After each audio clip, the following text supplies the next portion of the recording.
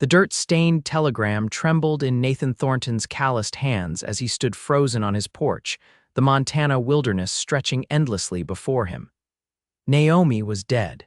His wife of 15 years, gone from typhoid while visiting her sister in Kansas City.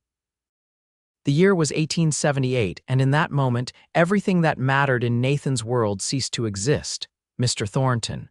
The young courier shifted uncomfortably. "Do you need me to fetch someone, sir?" Nathan's weathered face betrayed nothing as he folded the telegram with mechanical precision. "No." The single word carried the weight of a mountain. "Thank you for the delivery." After the boy left, Nathan walked into the cabin he and Naomi had built together 10 years earlier, just outside Cody, Wyoming territory. He moved like a man navigating through darkness, touching the quilt she'd made, the wooden spoons she'd carved, the empty chair where she'd sit darning his socks in the evening. That night, Nathan took the silver locket containing their wedding portrait and the wedding band from his finger. He placed them in a small pine box with the pressed wildflowers from their first picnic and the letters she'd written during their courtship. Before dawn, he rode to the maple tree on the hill where they'd often watched sunsets. There, he dug a deep hole and buried the box. "I'm putting it all away, Naomi," he whispered, tamping down the earth. "Everything that made me feel, it's going right here with these memories of you." For 5 years, Nathan lived as though carved from stone. He worked his small cattle ranch outside Cody with ruthless efficiency. He spoke when necessary, ate when required, slept when his body demanded it. The townsfolk called him Stoneheart Thornton, a man who never smiled, never celebrated, never mourned. His only companion was his loyal cattle dog, Buck, who seemed to understand that his master had changed fundamentally. Sheriff Daniel McAllister was perhaps the closest thing Nathan had to a friend, though their interactions were limited to brief nods when they passed on the street and occasional business regarding cattle rustlers or property lines. "You need to rejoin the living someday, Nate," the sheriff would say during his rare visits to check on the solitary rancher. "I'm breathing, ain't I?" was Nathan's standard reply. Spring came early in 1883. The snow melted from the foothills, and wildflowers carpeted the meadows surrounding Nathan's property. He paid them no mind as he mended fences and prepared for the season's calving. One afternoon, the sound of an approaching wagon drew his attention. Visitors were rare and unwelcome. Nathan straightened from his work, hand instinctively moving to the revolver at his hip. Buck barked once in alert before falling silent at his master's gesture. The wagon came into view, driven by a woman with copper hair flowing loose in the breeze. As it drew closer, Nathan's body went rigid. It couldn't be. It was impossible. The woman pulled the wagon to a stop and gazed at him, her green eyes exactly as he remembered them. "Nathan," she said softly, his heart, long dormant, lurched painfully in his chest. "You're dead," he stated flatly. The woman climbed down from the wagon with careful movements. She wore a simple blue traveling dress, dusty from the road. "I'm not dead, Nathan. I'm Nora, Naomi's twin sister." Nathan had known Naomi had a twin, but they'd been estranged since childhood. Naomi had mentioned her only a handful of times during their marriage, always with a mixture of sadness and resignation. "What are you doing here?" he demanded, his voice harsh from disuse. "May I come inside? It's been a long journey from Denver." Nathan hesitated, then grudgingly gestured toward the cabin. Buck followed at a distance, suspicious of the newcomer who smelled so strangely like his master's former mate. Inside, Nathan stood awkwardly as Nora looked around the cabin. It was clean but Spartan, devoid of the small touches that had made it a home during Naomi's time. "You've kept it neat," Nora commented. "What do you want?" Nathan wasn't one for pleasantries anymore. Nora sighed and sat at the kitchen table without invitation. "Naomi didn't die of typhoid, Nathan. That was a lie told to protect you both." The words hit him like a physical blow. "Explain." "She was attacked on her way to Kansas City. A man tried to rob the stagecoach. She was shot in the chest. They didn't think she would survive, but she did, barely. By the time I reached her, she was delirious with fever. The doctor thought it kinder to tell you she had died rather than have you rush to her side only to watch her suffer and die slowly." "But she didn't die," Nathan said, the realization dawning slowly. No, she survived against all odds. But the fever, it took her memories, all of them. She didn't know her name, didn't recognize me, didn't remember anything of her life before. Nathan's legs threatened to give out. He braced himself against the wall. For 5 years, she's been alive, and you never told me. The doctor advised against it. He said the shock of learning about a life she couldn't remember might destroy her fragile mind. I took her to Denver where I was living. I cared for her, helped her build a new life as my sister without the burden of a past she couldn't recall. And now. Nathan's voice was dangerously quiet. 3 months ago, she started having dreams, fragments of memory. Your name was the first thing she remembered, then this place. She would wake up crying, saying she needed to find someone named Nathan in Wyoming. I finally showed her the letters you had written her, the ones she had with her when she was traveling. Nora reached into her bag and withdrew a small packet tied with faded ribbon. These. She's read them 100 times since then, trying to piece together who she was, who you were to her. Where is she now? Nathan asked, his eyes fixed on the familiar handwriting visible on the outer envelope. In Cody, at the hotel. She was afraid to come directly here, afraid you might have moved on, might have remarried. Nathan's laugh was bitter. Moved on, she wants to see you, Nathan. But she needs you to understand she's not the same woman you married. She remembers bits and pieces, but much of her life with you remains blank. Take me to her, Nathan said, already reaching for his hat. Wait, Nora placed a hand on his arm. There's more you should know. Nathan stilled. Naomi believes she's been having these memories because of the child. Child, the word came out strangled. She's with child, Nathan, about 5 months along now. Nathan's face hardened. I see. No, you don't, Nora said quickly. After the attack, once she recovered enough to travel, I took her to Denver. She lived quietly, working in my bookshop. She never courted, never showed interest in anyone. Then last November, a man came through town. He was looking for investments in Wyoming cattle operations. His name was Marshall Blackburn. Nathan's hands clenched at his sides. He was handsome, charming. He pursued Naomi relentlessly. She was flattered by the attention, confused by feelings she didn't understand. They were married within a month. Married, Nathan repeated hollowly. Yes. But shortly after the wedding, his true nature emerged. He was cruel, controlling. When she discovered she was expecting, he was furious, accused her of trapping him. One night, he beat her so badly she feared for the child. That's when the dreams started, memories of another life, another man who had loved her gently. Where is he now? Nathan's voice was deadly calm. Dead, Nora said simply. He tried to beat her again. I intervened with my late husband's shotgun. There was a struggle. The gun went off. She met Nathan's eyes steadily. I would do it again to protect her. Nathan nodded once, a flicker of respect crossing his face. After that, the memories came faster. She remembered enough to know she needed to find you. She doesn't know if you'll want her back damaged, carrying another man's child, legally married to a ghost. Nathan looked out the window toward the hill where he'd buried his heart 5 years earlier. Take me to her, he said again. The hotel in Cody was a 2-story clapboard building with pretensions of grandeur that fell short in the dusty frontier town.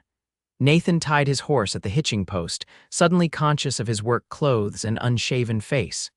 She's in room 4, Nora said. Would you like me to go up first? No, Nathan straightened his shoulders. I'll go alone. He climbed the stairs with leaden feet, each step bringing him closer to a moment he'd never dared to imagine. At room 4, he hesitated, then knocked softly. The door opened, and there she was. Her hair was shorter than he remembered, and there was a thin scar along her jawline that hadn't been there before. Her rounded belly was visible beneath her simple dress, but her eyes, those were unchanged, green as spring meadows. Nathan, she whispered. And in that moment, with just his name on her lips, something buried deep within him cracked open. The heart he'd interred beneath the maple tree seemed to beat again, raw and painful in his chest. Naomi, he managed. They stood frozen, separated by 5 years of grief and absence, by memories lost and found, by death that wasn't death at all. I don't remember everything, she said, her voice trembling, but I remember your eyes. I remember how safe I felt when you held me. Nathan took a step forward, then stopped, uncertain. May I come in? He asked formally. Naomi stepped back, allowing him into the modest hotel room. A single carpet bag sat packed by the bed as if she'd been ready to flee at a moment's notice. "Your sister told you about everything." Naomi asked hesitantly. "Yes." "Then you know I'm not the woman you married, not entirely." Nathan studied her face. "Do you remember the day we met?" Naomi shook her head. "Only fragments. I remember a storm, a fallen tree. We were both caught in a thunderstorm outside town. You were trying to get back to your uncle's farm where you were staying. A tree fell across the road. I helped clear it so your wagon could pass. You offered me your handkerchief to wipe the rain from my face." Nathan's voice grew softer with the memory. "You had wildflowers in your hair that you'd been gathering before the storm hit." Naomi's eyes brightened. "Blue ones, forget-me-nots." "Yes, I remember now. You looked like a drowned rat." A small smile touched her lips. "But your eyes were kind." They talked until dusk fell, Nathan filling in the blank spaces of their shared past, Naomi offering the scattered pieces she remembered. When she grew tired, he rose to leave. "Will you come back tomorrow?" she asked. "Yes," he promised. "And the day after, if you want." For 2 weeks, they met daily. Sometimes they walked through town, sometimes they sat in the small garden behind the hotel. Naomi's memories returned in uneven bursts. Their wedding day was clear, but she couldn't recall the name of the dog they'd had before Buck. She remembered how Nathan liked his coffee, but not where they'd spent their first Christmas together. "It's like looking at a quilt with half the squares missing," she explained one afternoon as they sat beneath a cottonwood tree. "I can see the pattern, but not the whole picture." "We can make new squares," Nathan said carefully, "if that's what you want." Naomi placed a hand on her growing belly. "And this, can you accept this square in our quilt?" Nathan was quiet for a long moment. "That child is innocent of its father's sins, and it's a part of you." "But not of you," Naomi whispered. "It could be, if you'd let me raise it as my own." Tears filled Naomi's eyes. "You would do that?" "I buried my heart when I thought I lost you, Naomi. Now it feels like it's beating again just from hearing your voice, seeing your smile." "I don't care what it takes, I just want you home." That evening, Nathan rode back to his ranch and climbed the hill to the maple tree. The ground was hard as he dug, the box deeper than he remembered. When he finally unearthed it, the pine was weathered but intact. He opened it carefully, touching each item inside the locket, the ring, the pressed flowers, the letters before closing it again and carrying it back down the hill. The next morning, he went to town early and visited the barber shop for a proper shave. He bought a new shirt at the general store and collected the special order he'd placed 3 days earlier. When he knocked on Naomi's hotel room door, she gasped at his transformation. "You look like my husband again," she said, then blushed. "I mean, I am your husband," Nathan said firmly. "I always will be." He set the pine box on the table and opened it. "These belong to you, to us." Naomi touched each item reverently. When she opened the locket and saw their young faces staring back, a sob escaped her. "We were so happy." "We can be again," Nathan said. He knelt before her, taking her hands in his. "Naomi, I know things are different now. You're different. I'm different. But I never stopped loving you, even when I thought you were gone. I just put that love away because it hurt too much to feel it." From his pocket, he withdrew a small package wrapped in brown paper. "I want to start again, if you'll have me." Naomi unwrapped the package with trembling fingers to reveal a simple silver ring with a small pearl. Not a replacement for the gold band they'd exchanged years ago, but something new for their new beginning. "In the eyes of the law, you're still married to him," Nathan said carefully. "We'll need to sort that out properly, but in my heart, you've always been my wife. And if you'll come home with me, we can build something new together. You, me, and the little one." Tears streamed down Naomi's face. "I remember our vow, until death parts us." "Death didn't part us, Nathan. It just got between us for a while." "Is that a yes?" he asked, a smile breaking across his face for the first time in 5 years. "Yes," she whispered. "Take me home." The return to the ranch was a journey of rediscovery. Naomi walked through the cabin, touching familiar objects, sometimes remembering their stories, sometimes not. Buck approached her cautiously at first, then with growing enthusiasm as some scent memory told him this was his long-lost mistress.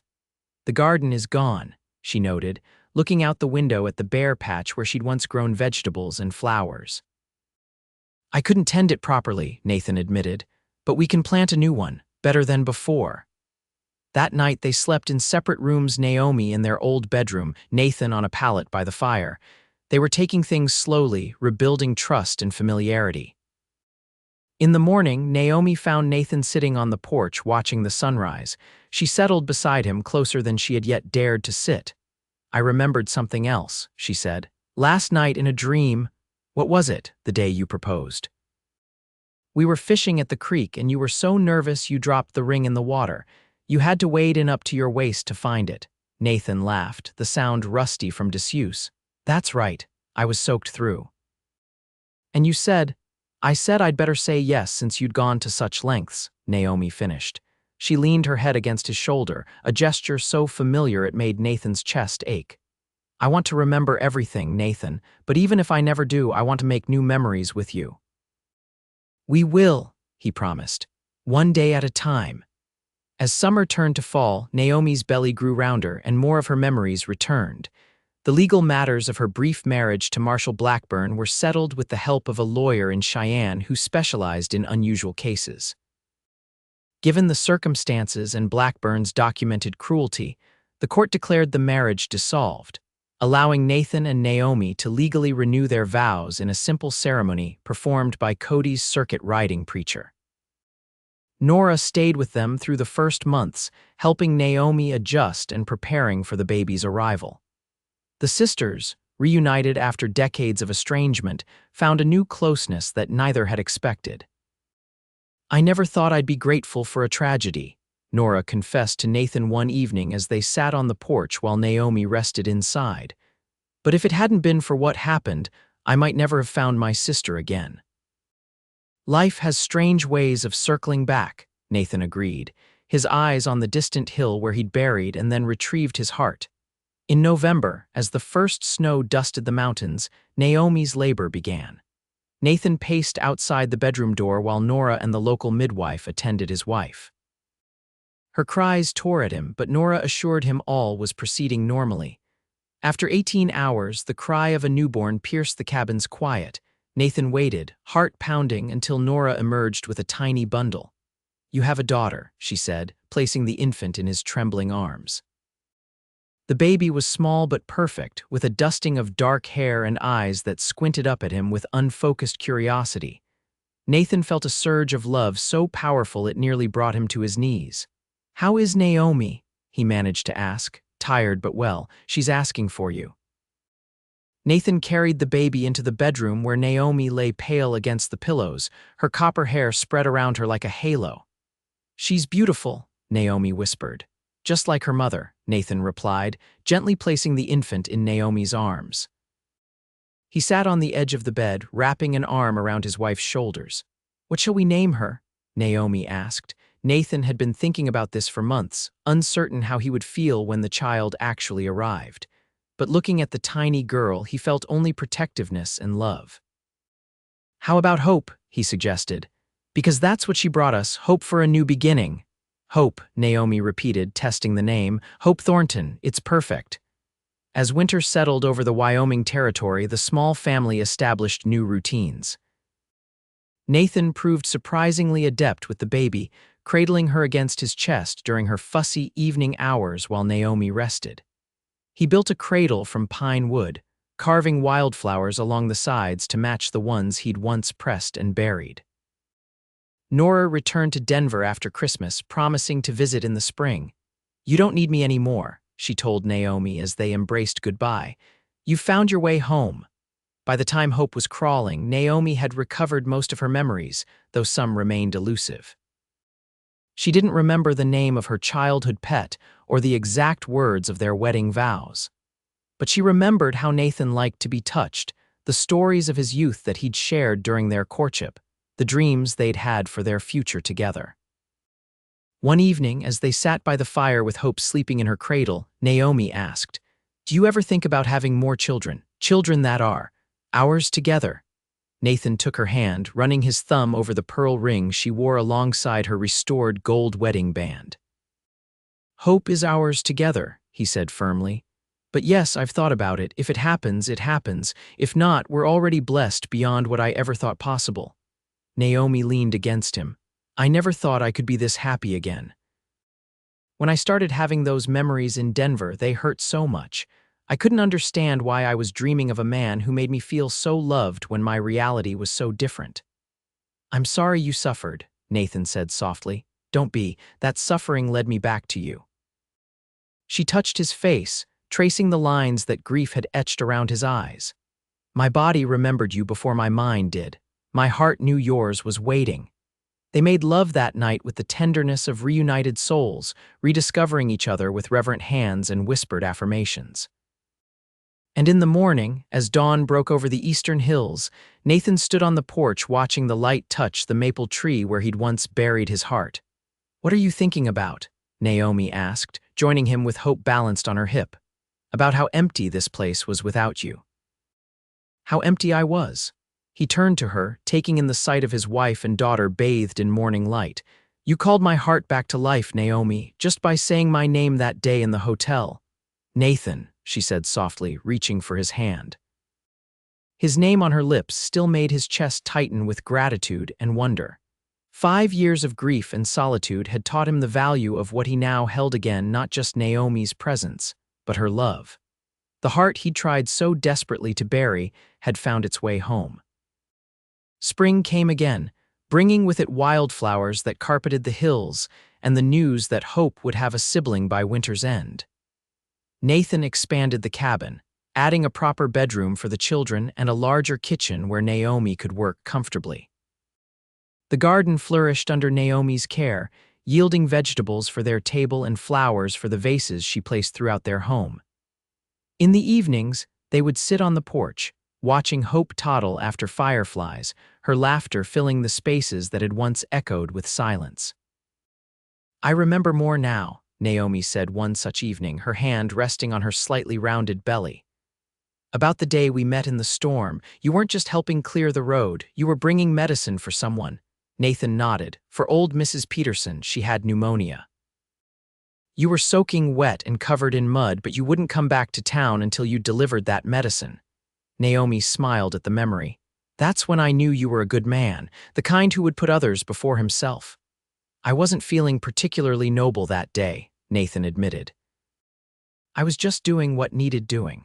But then this pretty girl with flowers in her hair smiled at me, and suddenly I was trying to stand a little straighter, look a little more heroic. Were you now? Naomi teased. Can you blame me? You were the loveliest thing I'd ever seen. Hope came running to them, a fistful of dandelions clutched in her chubby hand. For you, she announced, thrusting them at Nathan. Thank you, sweetheart, he said solemnly, accepting the offering with appropriate reverence. These are beautiful. As Hope scampered off again, Naomi watched her husband tuck one of the dandelions behind his ear with exaggerated care, making their daughter giggle.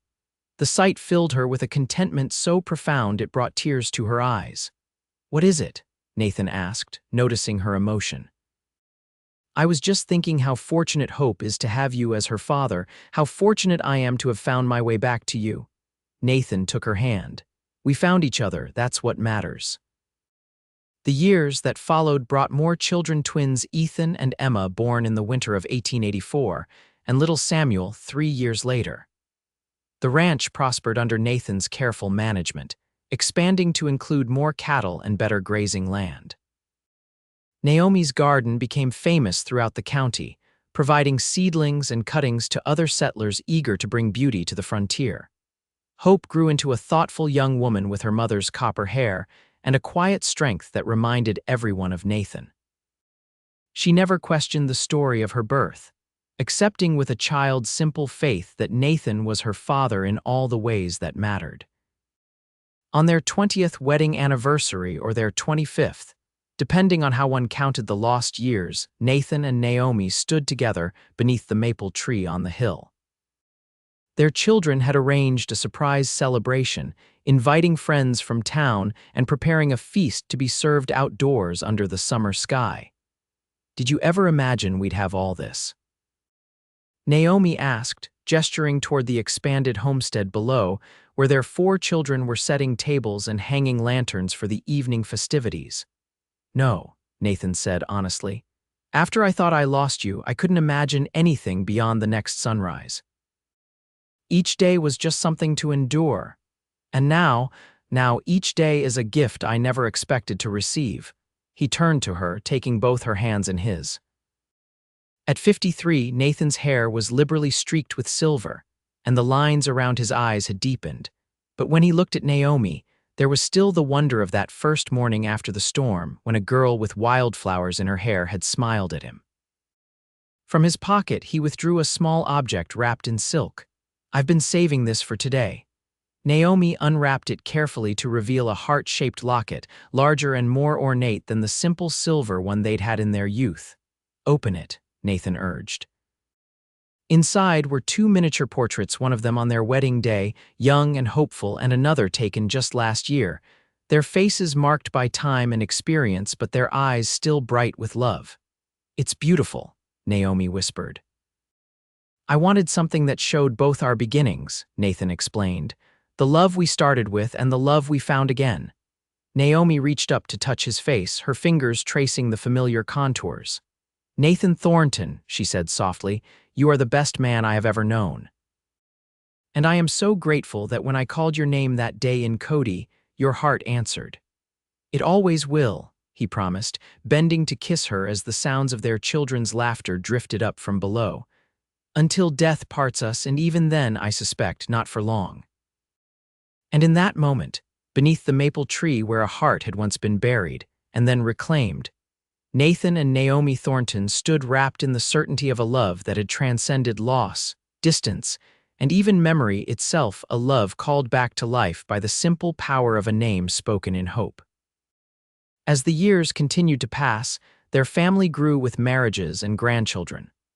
Hope wed the son of Cody's doctor, a quiet, studious man who looked at her with the same devotion Nathan had always shown Naomi.